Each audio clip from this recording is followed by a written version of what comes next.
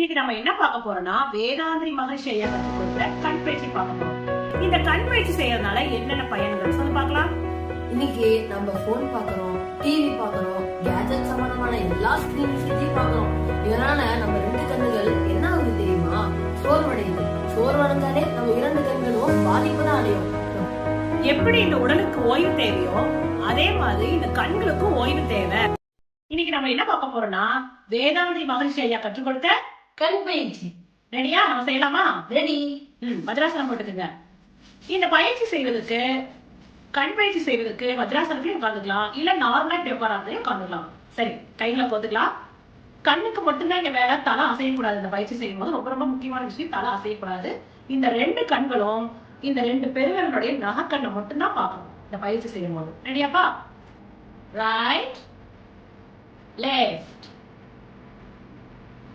Right, left. இந்த பயிற்சியை 4 முறை செய்யுங்க. அடுத்தது அப், கைகள் நல்லா உயரமா தூக்குங்க. அப், டவுன், அப், நல்லா உயரமா தூக்குங்க. டவுன். கண்கள் என கண்ணில் மட்டும்தான் இருக்கணும். அப், டவுன். இப்ப ரெண்டு கைகளையும் இந்த லெஃப்ட் முழங்கால் சைடுல வச்சுக்கணும். இங்க கொண்டு வாங்க கையை.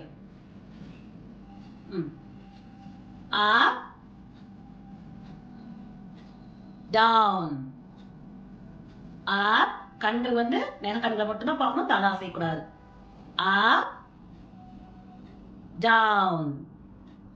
நெக்ஸ்ட் வலது முழங்கால் கிட்ட வச்சுக்கணும். Up, down, up. மெதுவா செய்யணும். Down, up, down. 5 முறை clockwise சுத்தலாம்.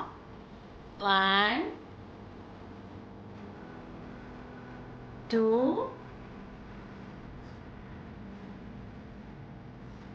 3, 4, 5. Anti clock wise.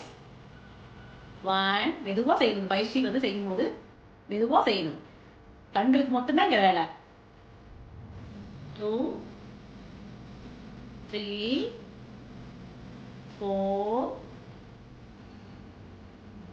அடுத்ததா 2 கையில கோத்துக்கிட்டு மூக்குக்கு ஒரு அடி தள்ளி தான் நம்ம 2 விரல் இருக்கணும். அவுட், இன். கண்கள் விரவிரலையே பார்க்கணும்.